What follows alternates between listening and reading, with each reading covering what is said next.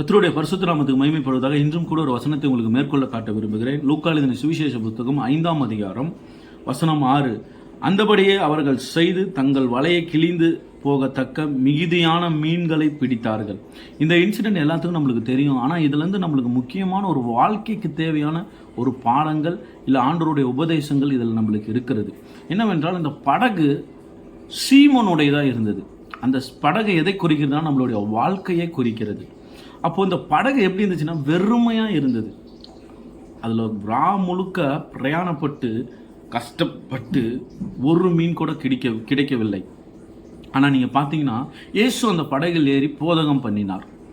அந்த படகு பார்த்தீங்கன்னா ஈஸியாக பேதுரு என்ன சொல்லியிருக்கணும்னா, அவர் படகுல ஏறி போதகம் பண்ண முடிச்சதுக்கப்புறம் அவருக்கு சற்றே கடலுக்கு உள்ளே போய் போடுப்பா வலைய அப்படின்னு சொல்லும்போது பேதுரு என்ன சொல்லியிருக்கணும், அவர் ஒரு மீனவர். அவருக்கு எந்த டைமில் கடலுக்கு போகணும், எந்த டைமில் வலைய போகணும், எந்த டைமுக்கு போனால் மிகுதியான மீன் கிடைக்கும் எல்லாமே தெரியும். ஆனால் அவர் அந்த இடத்துல சொல்கிறாரு, ஐயரே முழுவதும் பிரயாசப்பட்டு என்னுடைய அறிவை பயன்படுத்திட்டேன், என்னுடைய ஸ்ட்ரென்த்தை பயன்படுத்திட்டேன். அவர் மீனவன், அவருக்கு எல்லாமே தெரியும் அந்த கடலை பற்றி. ஆனால் அவரால் ஒரு மீன் பிடிக்க முடியவில்லை.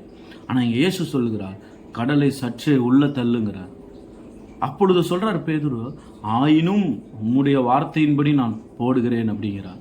அப்போது அவருக்குள்ள அந்த கீழ்ப்படிதல் இருக்குது. ஈஸியாக அவர் டினை பண்ணியிருக்கலாம், இது நீங்கள் வேணாம், நீங்கள் எங்களுக்கு தெரியும், நீங்கள் என்ன, நான் ஒரு மீனவன், எனக்கு தெரியும், நீங்கள் என்ன சொல்கிறது அப்படின்னு பேதுரு அதை தடுத்திருக்கலாம். ஆனால் பேதுரு தடுக்கவில்லை. மாறாக ஆண்டவருடைய வார்த்தைக்கு கீழ்ப்பட்டு அவர் வலைகளை போட்டார். வலைகளை போடும்போது வலைகள் கிழியத்தக்க மீன்கள் வந்தது. கிழியத்தக்க மீன்கள்.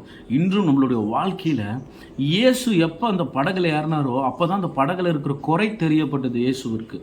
அதே போல் நம்ம வாழ்க்கையில் நாம்பளா சுயமாய் வாழ்ந்து கொண்டு இருக்கிற வரைக்கும், நம்ம வாழ்க்கையை நாம்ளே யூஸ் பண்ணி கொண்டு இருக்கிற வரைக்கும், நம்மளுடைய ஸ்ட்ரென்த்தில், நம்மளுடைய அறிவில், நம்மளுடைய பலனில் ஓடுற வரைக்கும் ஒரு உயர்வும் வராது, ஒரு ஆசீர்வாதங்கள் நம்ம வாழ்க்கையில் வராது.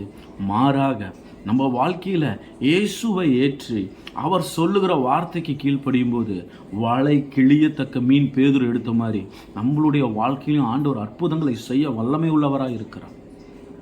அவன் ஆண்டவருடைய வார்த்தை கீழ்ப்பட்டான். நீங்கள் அடுத்து பார்த்தீங்கன்னா 7வது வசனத்தில், அப்பொழுது மற்ற படவில் இருந்த கூட்டாளிகள் தங்களுக்கு உதவி செய்யும்படி சைகை காட்டினார்கள். அவர்கள் 2 படகுகளும் அமிலத்தக்க நிரம்பினார்கள். மீன்கள் அமிலத்தக்க நிரம்புகிறது. காரணம், ஃபஸ்ட்டு ஆண்டவர் உன் வாழ்க்கையில் வரணும்னா ஃபஸ்ட்டு உன் படகை நிரப்புவார், உன் வாழ்க்கையை ஆண்டவர் நிரப்புவார். உன் படகை நிரப்பிட்டு தான் மற்றவங்க உனக்கு சுற்றி இருக்கிறவங்க ஒவ்வொரு படகையும் நிரப்புவார் ஆண்டவர். அதே போல் உங்கள் வாழ்க்கையை ஆண்டவர் நிரப்பி உங்கள் வீட்டில் இருக்கிற ஒவ்வொருவரோட வாழ்க்கையும் ஆண்டவர் ஆசீர்வதிப்பார்.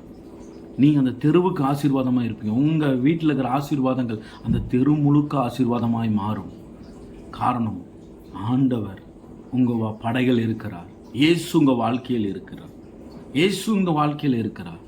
சில பேருக்கு அந்த உலக பிரகாரமான ஆசீர்வாதங்களுக்கு அதற்காகவே தன்னுடைய வாழ்க்கையை அர்ப்பணிக்கிறாங்க. அது கிடைக்குமா, இது கிடைக்குமா, நகை, வீடு, பணம், பொருள் எல்லாம். இங்கே பார்த்தீங்கன்னா நீங்கள் பாருங்கள், அப்பொழுது சீமோன் சொல்கிறான், சீமோன் 8வது வசனம், சீமோன் பேதுரு அதை கண்டு இயேசுவின் பாதத்திலே விழுந்து, ஆண்டவரே, நான் பாவியான மனுஷன், நீர் என்னை விட்டு போக வேண்டும் என்றான். இயேசு எந்த படகுல இருக்கிறாரோ, இயேசு யாரோட வாழ்க்கையில் இருக்கிறாரோ அப்போ தான் அவங்களுடைய குற்றங்கள், அவங்களுக்குள்ளே இருக்கிற குறைகள், அவங்களுக்கு இருக்கிற பாவ வாழ்க்கையை அவர் உணர்த்துகிற தெய்வனாக இருக்கிறார்.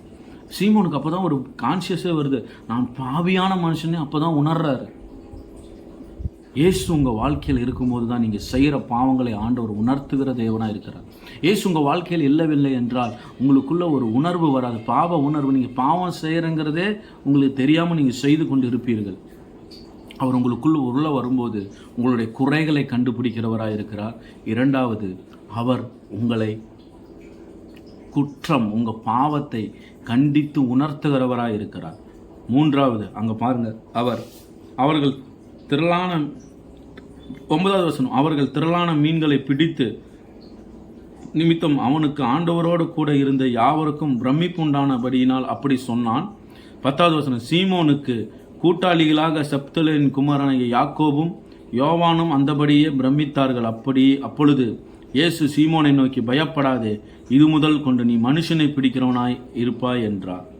அவர்கள் படகுகளை கரையிலே கொண்டு போய் நிறுத்தி எல்லாவற்றையும் விற்று அவருக்கு பின் சென்றார்கள். நீங்கள் நல்லா பாருங்க, அவன் முழுவதும் பிரயாசப்படுத்த ஒரு மீனுக்கு, அந்த மீன் அவன் வாழ்க்கையில் அது கிடைக்கல.